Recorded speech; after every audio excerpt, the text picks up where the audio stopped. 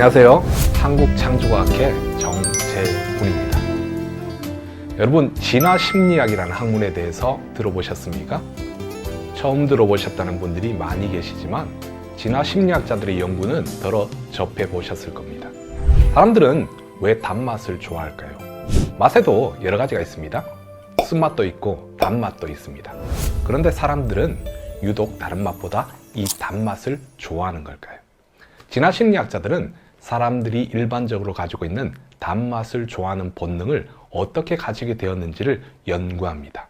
진화심리학자들은 인류는 현대인으로 진화되기 전에 오늘날의 사바나 초원과 비슷한 환경에서 오랜 시간을 채집생활과 사냥을 하면서 살아온 것으로 봅니다.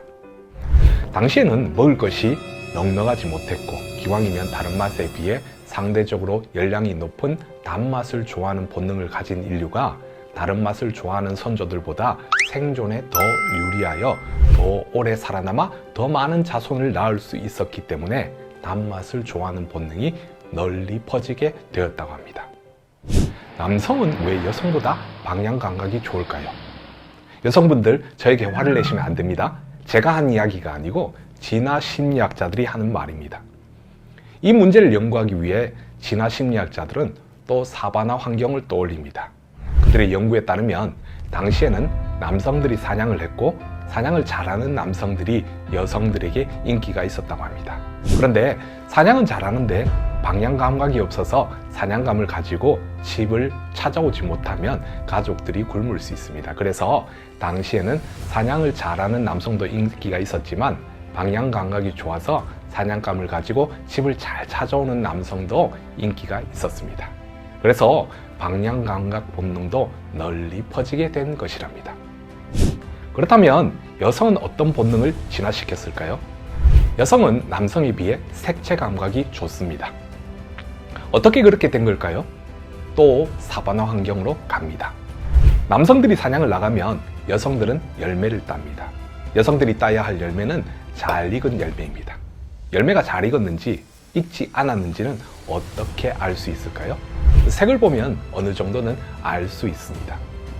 여성들이 덜 익은 열매를 따서 가족에 제공한다면 가족들은 죽을 수도 있습니다. 특정 여성의 둔감한 색채 감각은 가족들이 죽어버리기 때문에 다음 세대로 많이 전달되지 않습니다. 진화심리학은 진화론을 통해서 인간의 본성을 탐구하는 학문입니다. 그들은 인간의 신체가 진화된 것처럼 인간의 마음, 인간의 본성도 진화된 것으로 보고 인간의 본성을 탐구하는 학문입니다. 그들은 동물과 인간의 본능과 본성이 처음에는 없다가 생존에 유리하게 작용하여 유전된 본능들이라고 합니다. 진화심리학은 갑자기 등장한 것이 아닙니다. 진화심리학의 기반은 생물진화론을 기반으로 사회진화론, 사회생물학을 거쳐 등장한 것입니다. 생물진화론은 인간을 포함한 모든 동식물이 단 하나의 조상으로부터 진화된 것이라는 이론입니다. 흔히 다윈이 생물진화론을 만든 것으로 알고 있지만 사실 다윈 이전에도 진화론은 있었습니다. 생물진화론에서 다윈의 역할은 그가 1859년에 종의기원이라는 책으로 진화론에 대한 거부감을 줄이고 진화론을 유행시킨 것이었습니다. 그는 자연선택이라는 개념을 만들었습니다. 생물진화론에서 당시에 다윈만큼 유명한 학자가 있었습니다. 그는 프랑스의 동물학자 라마르크였습니다. 라마르크의 진화론의 특징은 용불용설이었습니다. 저와 연배가 비슷한 분들은 용불용설을 많이 들어보셨을 겁니다. 용불용설은 사용하는 기간은 진화하고 사용하지 않는 기간은 퇴화한다는 진화론입니다. 19세기 당시에는 용불용설이 진화의 방법으로 인정이 되었습니다. 그러나 후대 학자들에 의해 용불용설은 비과학적이라는 사실이 밝혀졌습니다. 개체가 노력해서 만든 형질은 유전되지 않았기 때문입니다. 생물학자들은 용불용설을 부정했지만 오히려 사회학자들이 용불용설을 좋아했습니다. 당시에는 귀족들과 비귀족 출신 지식인들 사이에 권력 다툼이 있었고 권력은 가지고 태어나는 것이 아니라 노력으로 만드는 것이라고 주장하던 지식인들에게 라마르키의 진화론은 자신들의 생각을 과학적으로 지지하는 이론으로 보였기 때문입니다. 다윈의 자연 선택은 멜서스 목사의 이론으로부터 시작되었습니다. 경제학에서 유명한 멜서스 목사는 인구는 기하급수적으로 늘어나는 반면 농업 생산량은 산술급수적으로 늘어나기 때문에 식량의 부족으로 인한 경쟁이 불가피하다고 했습니다. 다윈은 그 경쟁을 생물학에 적용하여 경쟁이 진화를 일으키는 동력으로 사용되었고 그 과정을 자연 선택이라고 했습니다. 자연이 직접 선택하였다기보다는 생존에 유리한 특성을 가진 개체들이 그렇지 않은 개체들보다 더 오래 살아남을 수 있고 더 많은 자손을 버티릴 수 있었기 때문에 생존에 유리하게 만들었던 특성이 오랜 시간 동안 개체군 내에서 전파되어 진화가 점진적으로 이루어진 것이라고 했습니다. 다윈이 생물학에 적용한 경쟁이라는 키워드를 사회학에 적용한 학자가 영국의 철학자 스펜서입니다. 적자생존이라는 용어를 만든 사람이 바로 이 스펜서입니다. 나중에 다윈도 스펜서가 만든 적자생존이라는 용어를 사용했었습니다. 자유주의자였던 스펜서가 본 세상은 경쟁이 불가피한 세상이었습니다. 모두가 개인의 자유를 추구하다 보면 경쟁은 불가피하고 적자가 살아남는 것은 악이 아니라 당연한 것이었습니다. 살아남기 위해서는 노력해야 했습니다. 재미있게도 이 사상을 아시아에서 가장 빠르게 받아들인 나라가 일본이었고 잘못되었다는 말이 아니라 일제강점기 때 우리나라의 지식인들도 스펜서의 생각을 받아들였습니다. 그래서 일본으로부터 독립하기 위해서 나라의 힘을 키우기 위한 다양한 노력을 전개했었습니다. 문제는 사회 진화론이 자유와 자유 경쟁을 강조하다 보니 경쟁에서 진 개인이나 사회, 약자를 악으로 보는 경향이 확대되었습니다. 약자들이 능력이 없는 이유는 노력하지 않았기 때문인 것으로 간주되었습니다. 그들에 대한 지원을 없애야 한다는 극단적인 주장들이 나왔고 실제로 가난한 사람들과 사회적 약자들에 대한 지원을 줄이는 제도가 유럽에서 시행되었습니다. 사회진화론은 자유주의자들과 권력자들과 부유한 사람들이 좋아하는 학문이었습니다. 미국에서 철도왕, 금융왕 등의 여러 왕이 활동했을 때가 바로 사회진화론이 미국에서 유행하던 때입니다. 기독교적이었던 미국의 사회진화론이 도입되면서 부는 하나님의 축복으로 인식되었고 가난한 사람과 사회적 약자들은 게으르고 신앙생활을 잘 하지 않아서 그런 것이라는 인식이 널리 퍼져 있었습니다. 진화생물학자 에드워드 윌슨에 의해서 사회생물학이 등장합니다. 윌슨은 모든 학문이 생물학 아래로 들어와야 한다고 주장했습니다. 왜냐하면 사회라는 것도 진화된 생물의 모임이었기 때문입니다. 학자들은 사회생물학을 싫어했습니다. 사회진화론자들이 부와 권력을 당연한 것으로 여겼던 것을 넘어서서 사회생물학에서는 신분의 차이나 성별의 차이, 인종의 차이를 당연한 것으로 여겼기 때문입니다. 사회생물학자들은 이 모든 것들은 진화의 과정 안에 있는 자연스러운 것으로 보았습니다. 사회생물학이 반대에 부딪히자 등장한 것이 바로 진화심리학입니다. 진화심리학자들은 상대를 자극하는 분야를 다루지 않고 인간의 심리적 특성, 본성을 진화론에 기초하여 연구합니다.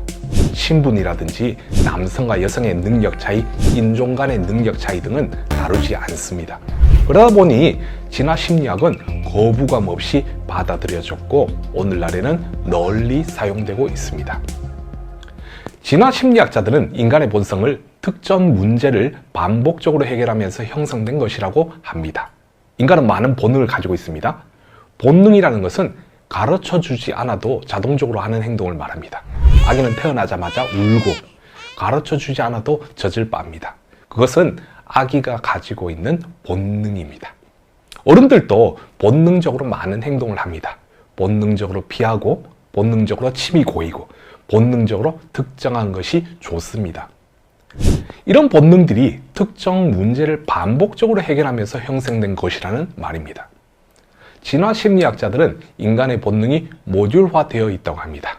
망치, 벤치 등의 다양한 연장을 담고 있는 연장통처럼 우리가 특정한 상황을 만나게 되면 그 문제를 해결하기 적합한 본능이나 본성이 나온다고 합니다. 본능과 본성은 과거의 생존에 유리하게 작용했었던 행동이나 마음이기 때문에 우리 안에 유전된 것이라고 합니다. 그렇다면 본능과 본성을 잘 탐구하면 인간이 과거에 겪었던 문제들을 유추할 수 있습니다. 이것이 진화 심리학자들의 놀라운 통찰입니다. 인간이 진화된 존재라면 진화 심리학자들의 연구가 타당성이 높습니다. 그래서 그들은 유독 단맛을 좋아하는 본능, 남성들이 방향 감각과 여성들이 색채 감각을 가지게 된 이유를 찾습니다. 그들이 문제를 해결하기 위해 사용하는 방법은 간단합니다. 인류의 조상들이 오랜 시간 동안 살았다고 간주하는 사바나 환경에서 사냥하고 채집하는 조상들의 모습을 그려보는 것입니다. 그렇게 해서 해결이 되지 않을 때는 더 먼 조상들의 모습을 그려봅니다. 바로 유인원의 모습을 그려보는 것입니다.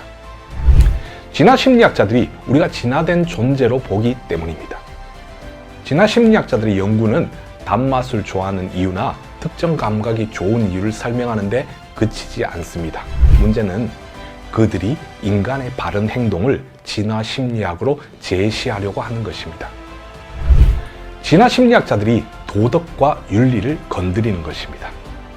미국의 진화 심리학자 로버트 라이트는 도덕적 동물이라는 책에서 인간의 가장 적합한 결혼 제도는 일부 다처제라고 했습니다. 로버트 라이트가 그렇게 주장한 근거는 무엇일까요? 그는 인류의 조상들은 지금까지도 다 그렇게 살고 있고 그들의 결혼 생활은 인간에 비해 매우 안정되어 있다고 합니다. 인간의 결혼 생활이 오늘날처럼 불안정한 이유는 일부 다처제라는 좋은 결혼 제도를 버렸기 때문이라고 합니다. 누가 일부 다처제로 잘 삽니까? 로버트 라이트는 어떤 조상들을 보고 이런 주장을 하는 걸까요? 바로 유인원들입니다. 로버트 라이트는 고릴라, 오랑우탄들이 사는 형태를 관찰하여 그런 결론을 내린 겁니다. 그들의 입장에서 보면 인간이 그것들 또는 그것들과의 공통조상으로부터 진화된 존재이기 때문에 타당한 주장이 될 수 있습니다. 그렇다면 일부 일처제라는 결혼제도는 어떻게 만들어진 것일까요? 그것은 성경적 결혼제도입니다. 성경이 결혼을 그렇게 정의하고 있습니다. 성경적인 결혼제도와 다른 결혼제도를 바른 결혼제도라고 주장하는 것은 성경의 권위와 하나님의 권위에 도전하는 것입니다. 성경은 그것을 악이라고 말하고 있습니다. 오늘날 동성애 이슈가 교회 안에서도 많은 논란이 되고 있습니다. 성도임에도 불구하고 동성애를 죄가 아니라고 주장하고 심지어 그런 목회자들도 많습니다. 저는 그런 분들과 대화를 해본 적도 있습니다. 그들 중에는 자신들도 동성애를 죄로 인정하지만 동성애와 동성애를 하는 사람은 분리해서 동성애는 죄로 보되 동성애자는 관용해야 하지 않겠느냐고 말합니다. 그들은 교회 안에 동성애 외에 다른 죄를 저지르는 사람도 있고 예수님이 그들을 받아들이셨는데 왜 한국 교회는 다른 죄를 행하는 사람들에게는 관용하면서 동성애자들에게는 관용을 베풀지 않느냐고 말합니다. 그들의 말을 잘 살펴보면 맞는 말도 있지만 숨겨진 말이 있습니다. 맞습니다. 동성애라는 행위와 동성애자를 분리해서 보는 것은 맞습니다. 죄라는 기준에서 보면 우열이 없어서 모두가 동성애에 버금가는 죄를 짓는 것도 맞습니다. 그러나 동성애를 반대해야 됩니다. 왜냐하면 그들이 동성애를 죄가 아니라고 주장하기 때문입니다. 살인이 죄가 아니라고 주장하는 사람은 거의 없습니다. 제가 거의 없다고 말하는 이유는 종종 그런 사람들이 있기 때문입니다. 강도가 죄가 아니라고 주장하는 사람도 강간이 죄가 아니라고 주장하는 사람도 없습니다. 간통은 사회에서는 죄가 아닌 것으로 선언되었지만 누구도 자신이 간통을 했다고 자랑하기 어렵습니다. 오늘날 많은 사람들이 동성애는 죄가 아니라고 주장하고 많은 사람들이 이들에게 지지를 보냅니다. 심지어 그들의 주장을 성경적으로 지지하는 목회자들도 있습니다. 이 때문에 지금 이 시점에는 교회가 앞장서서 동성애의 합법화를 막아야 하는 것입니다. 저는 동성애를 강력하게 지지하시는 한 성도와 대화를 한 적이 있습니다. 그분은 한국교회의 문제점을 늘여놓으셨고 사랑의 하나님은 동성애자도 사랑하신다고 말씀을 하셨습니다. 제가 그분에게 질문했습니다. 하나님께서 소아성애자는 사랑하실까요? 그분은 빠르게 아니라고 말씀을 하셨습니다. 그 이유를 여쭈었더니 약간 머뭇거리셨습니다. 제가 질문한 의도를 알아차리신 것 같았습니다. 사람들은 동성애는 살인, 강간에 반해 다른 사람에게 피해를 주지 않는다고 합니다. 그들의 기준은 다른 사람들의 피해 여부에 달려 있습니다. 다른 사람에게 피해를 주지 않는다면 어떤 행위도 인정이 된다는 논리를 가지고 있습니다. 소아성애는요, 그들이 그런 성향을 가지고 태어났다면요, 소아들이 동의했다면요, 가능합니까? 근친상간은 어떻습니까? 수간은 어떻습니까? 어떤 근거로 그들의 행위를 잘못된 행위라고 말할 수 있습니까? 저는 간단하게 정의할 수 있습니다. 그것을 성경이 금하고 있습니다. 결국 동성애가 하나님의 질서, 하나님의 하나님 되심을 공격하고 있다는 사실을 아셔야 합니다. 진화 심리학도 그렇습니다. 진화를 기정사실로 선언한 후 성경을 부정하는 일에 앞장서고 있죠. 진화 심리학에 따르면 폭력은 현대인의 선조들을 생존에 유리하게 만들었던 적응 행동입니다. 진화 심리학자들의 견해에 따르면 동성애도 진화적 적응 행동이고, 심지어 강간, 영아 살해도 진화적 적응 행동입니다. 그것은 죄가 아니라 진화의 과정에서 한때 생존에 유리하게 작용했기 때문에 인류에게 남아있는 진화된 본성입니다. 진화 심리학에 따르면 도덕과 윤리도 진화적 적응 현상입니다. 심지어 종교와 신도 진화적 적응 현상입니다. 종교를 가진 개체가 종교를 가지지 않은 개체에 비해 생존에 유리하기 때문에 종교성은 진화되었다고 합니다. 종교를 가지고 있으면 그렇지 않은 사람들에 비해 어려운 현실을 극복하고 생존할 확률이 높기 때문이랍니다. 그들에게 하나님은 생존에 유리하게 작용하여 만들어진 관념에 불과합니다. 하나님께서 진화의 방법으로 세상을 창조하셨다는 유신 진화론자들은 진화 심리학의 연구 결과들을 어떻게 받아들일까요? 그들이 진화론을 받아들이기 때문에 진화 심리학의 연구 결과들을 무시하기는 어렵습니다. 왜냐하면 진화 심리학에서 사용하는 마음의 진화 메커니즘이 신체의 진화와 동일한 방식으로 작동하는 것이기 때문입니다. 놀랍게도 21세기의 C.S. 루이스로 불렸던 팀 켈러 목사님도 유신 진화론을 지지하셨습니다. 저는 팀 켈러의 과학주의라는 책으로 그분의 유신 진화론을 비판하는 적이 있습니다. 그분이 유신 진화론을 지지하시면서 창세기 1장을 역사로 읽지 않으시고 서사시로 읽으시는 문제에 대해 비판한 것뿐입니다. 팀 켈러 목사님께서 진화론을 지지하시기 때문에 한 논문에서 이 문제를 언급하셨습니다. 그분은 문제를 해결하기 위해 평신도들이 진화 심리학 같은 진화론의 대이론, 즉 여러 분야로 확장된 진화론과 생물학적 진화론을 구분하도록 목회자들이 도와야 한다고 말씀하셨습니다. 이 말은 생물학적 진화는 사실이나 진화 심리학 같은 다른 분야로 확장된 인문학적 진화는 사실이 아니라는 말입니다. 둘을 구분하는 것이 문제를 해결하는 데 도움이 될까요? 전혀 도움이 되지 않습니다. 앞에서 언급했던 것처럼 진화론과 확장된 진화론들은 돌연변이, 적자생존, 자연선택이라는 동일한 메커니즘을 사용하기 때문입니다. 진화론은 다른 분야로 계속 확대되고 있습니다. 사람들은 더 이상 성경에서 답을 찾지 않습니다. 놀랍게도 성도들도 점점 그렇게 되어가고 있습니다. 무엇 때문일까요? 물론 다양한 이유가 있겠지만 진화론의 영향이 큽니다. 오늘날 세상은 많은 문제를 진화로 해결합니다. 진화라는 키워드로 검색해보면 진화적 관점으로 다양한 연구들이 진행되고 있는 것을 봅니다. 연구자들은 이미 진화가 사실인 것으로 연구하고 있고, 그 연구 결과를 접하는 사람들은 자연스럽게 연구물과 함께 진화를 학습하게 됩니다. 이런 작업들이 차질 없이 진행되고 있기 때문에 다음 세대들이 교회를 떠나게 되는 것입니다.